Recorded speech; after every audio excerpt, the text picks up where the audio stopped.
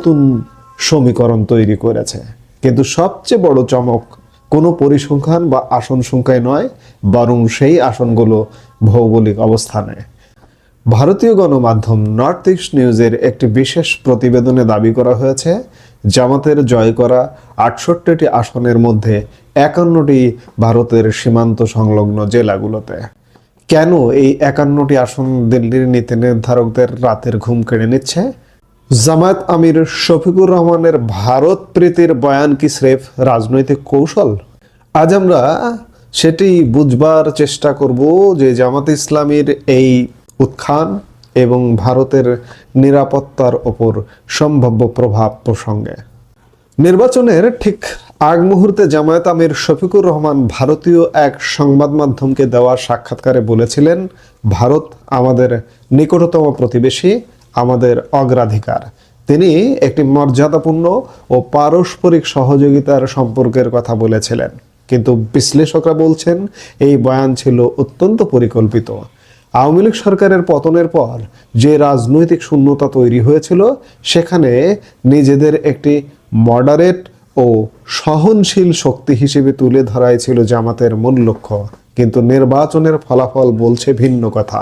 সীমান্তের ওপারে জামাতের এই শক্ত অবস্থান কি ভারতের উত্তর পূর্বাঞ্চল এবং পশ্চিমবঙ্গের জন্য কোনো অশনি সংকেত?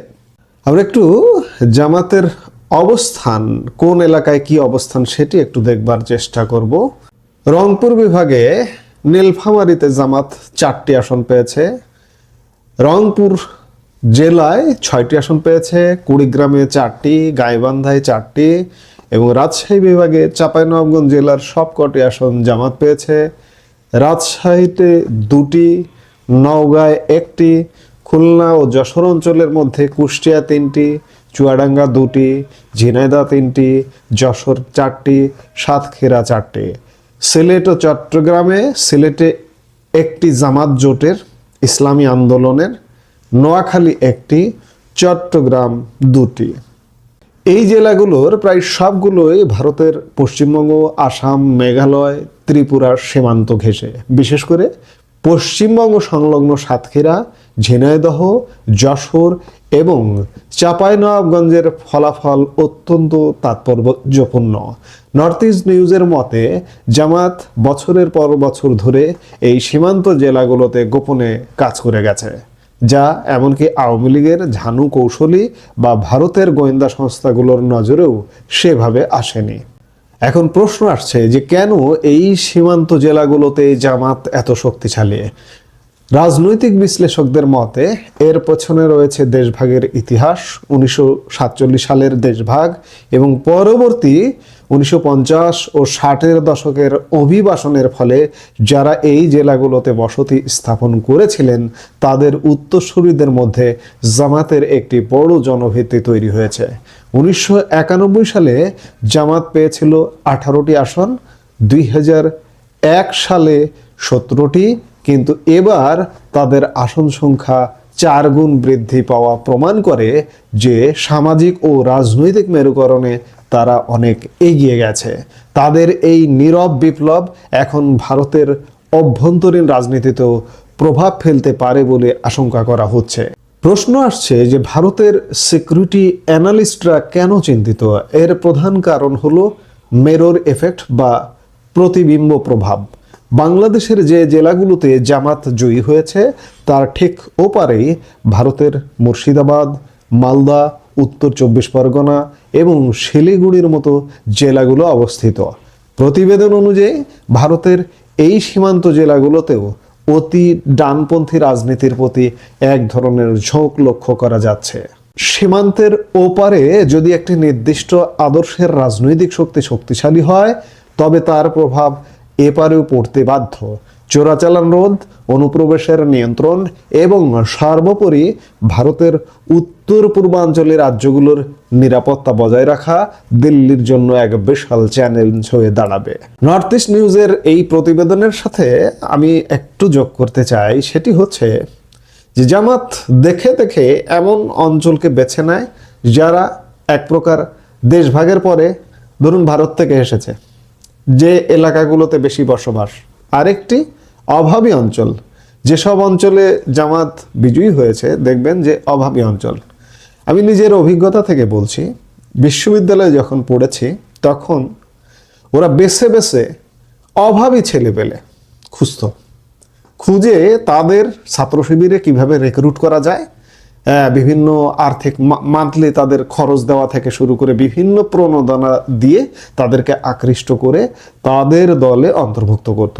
ঠিক এমনিভাবে তাদের যে মূল সংগঠন জামাত যেসব অঞ্চল অভাবী নানাভাবে সাহায্য সহযোগিতা করে তাদের দলে অন্তর্ভুক্ত করে, এবং এবারের নির্বাচনে সেটির প্রতিফলন বা প্রভাব খুব বেশি, যে অভাবী অঞ্চল এবং বর্ডার অঞ্চলে জামাত কর্তৃত্ব বা প্রভাব বিস্তার করেছে। ঢাকায় দেখুন, আপনি রাজধানী ঢাকায় দেখুন, রাজধানী ঢাকায় কিন্তু জামাতের সেই অর্থে অস্তিত্ব নেই।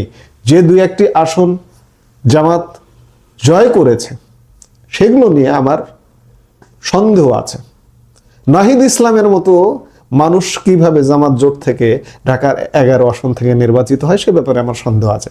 এমনকি জামাত আমির ঢাকা 15 আসন থেকে কিভাবে নির্বাচিত হলো এটি নিয়েও আমার সন্দেহ আছে। জামাত যে আসন পেয়েছে 68টি আসন, জোটগতভাবে 77টি, এটি তাদের জন্য বলা যায় একটা ভূমিধস অর্জন। এই অর্জন নিয়েও তারা খুশি নয়, তারা ক্ষমতায় যেতে চায়।